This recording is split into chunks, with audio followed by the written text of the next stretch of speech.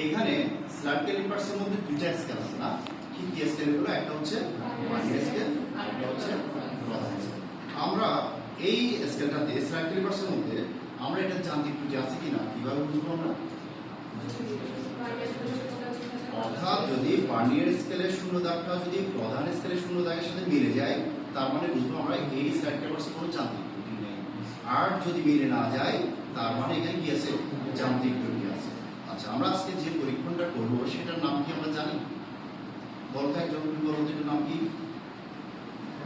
স্ল্যাট ক্যালিপার্সের সাহায্যে সিলিন্ডার আকৃতির কোনো বস্তুর দৈর্ঘ্য, প্রস্থ এবং উচ্চতা নির্ণয় করো।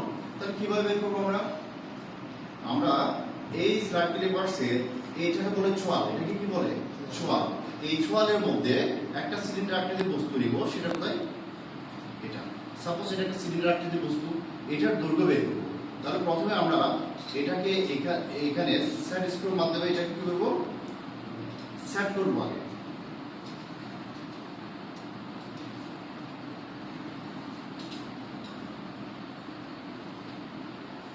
আচ্ছা, এইভাবে আমরা সেট করব। সেট করার পর দেখব কিভাবে পার্ট নেব। এটা দৈর্ঘ্য যখন বের করব, দেখতে হবে ভার্নিয়ার স্কেলের কোন দাগটি প্রধান স্কেলের যে কোনো একটা দাগের সাথে সরাসরি মিলে যায়, সেটা হবে এই সিলিন্ডার আকৃতির বস্তুর দৈর্ঘ্যের পরিমাপ। ক্লিয়ার? ব্যাপারটা বুঝতে পারছো এতটুকু? তাহলে এতটুকুই বোঝা গেছে? এতটুকু ওকে। তাহলে এই দৈর্ঘ্যের মানটা আমরা নিতে পারি। ওকে, বুঝছো এতটুকু তোমরা? ঠিক আছে।